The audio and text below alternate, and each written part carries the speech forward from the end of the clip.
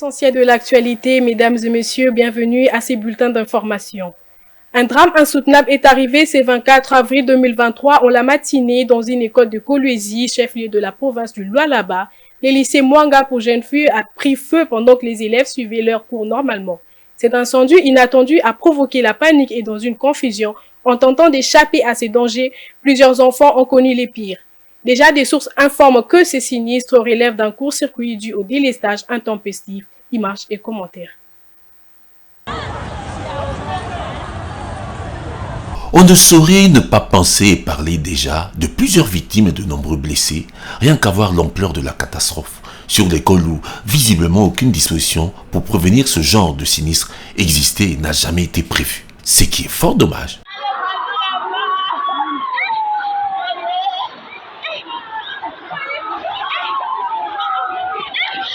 Mon Dieu!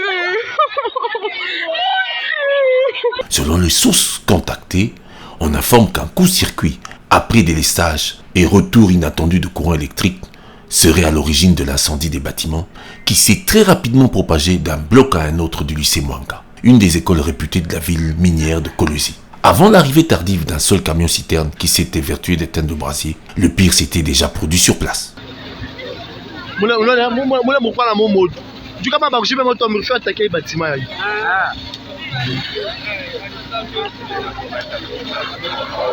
Coincés à l'étage, des élèves sont passés par la toiture pour tenter de se sauver, vaille que vaille.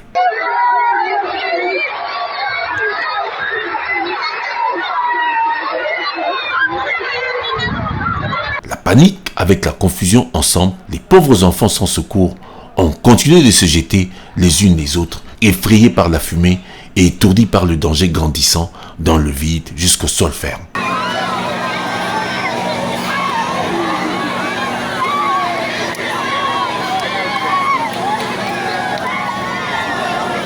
On n'imagine pas les graves conséquences de ces tentatives désespérées en nombre de victimes à déplorer. Sinon, les responsabilités doivent s'établir à plusieurs niveaux de ce grand malheur qui endeuille une fois de plus toute la nation congolaise.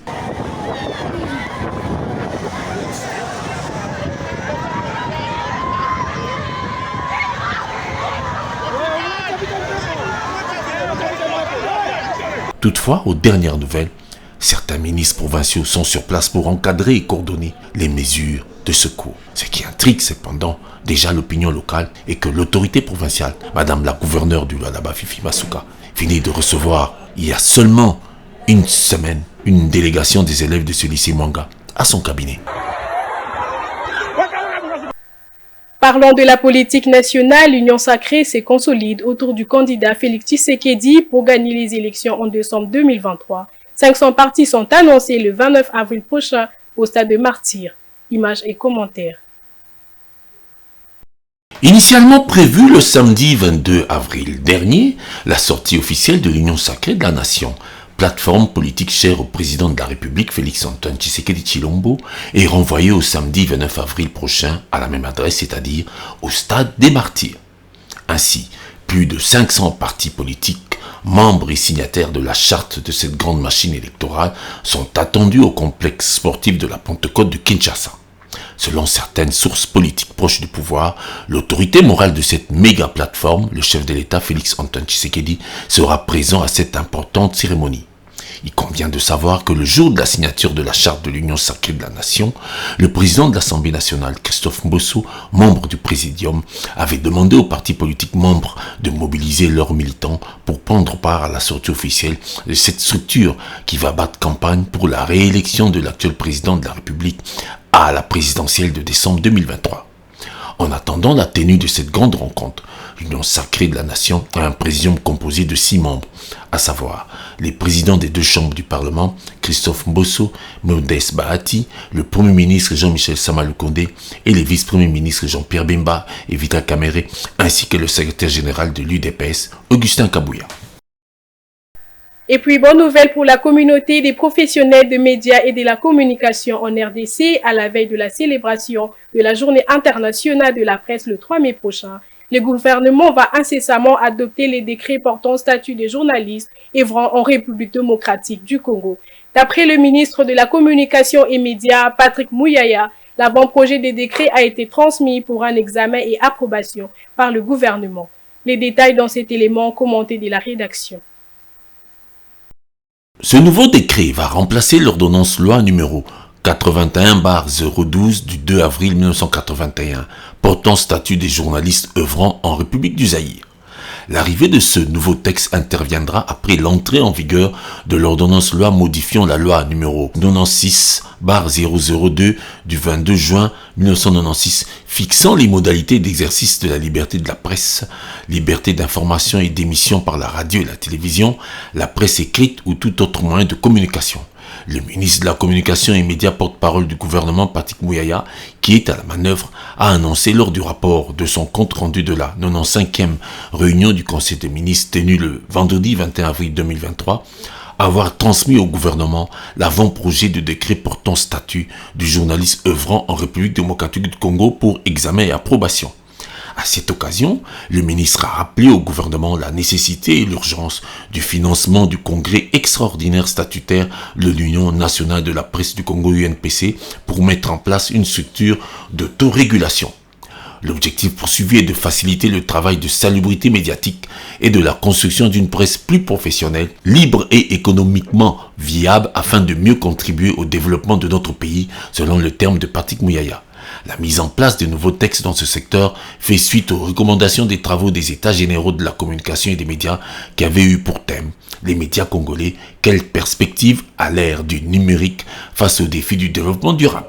Il a été question au cours de ces travaux de dégager les propositions des réformes pertinentes touchant au régime juridique des médias en général et de la presse en ligne en particulier, au statut du journaliste, à la dépénalisation des délits de presse qui pourraient être précédés d'un moratoire dont les modalités d'encadrement feront l'objet d'une concertation entre le gouvernement et les organisations professionnelles, à la modernisation des médias publics et aux défis de la presse congolaise. Au total, 80 résolutions et recommandations ont été adoptées à l'unanimité par la plénière à l'issue de ces travaux. Pour information, toutes ces résolutions devront être prêtes avant la date du 3 mai qui marque la journée internationale de la liberté de la presse. En sport, les boxeurs congolais Martin Bakolé a battu l'Ukrainien Hulk le samedi 22 avril en Pologne. Lors d'un combat de poids lourd, le poids lourd congolais a battu l'Ukrainien par un KO au 3e round. Une fois de plus, Martin Bakolé a fait honneur à son pays alors qu'on commençait à les vilipender pour les $100 000 qu'il avait reçus auparavant pour un autre combat annulé. Villingali Junior.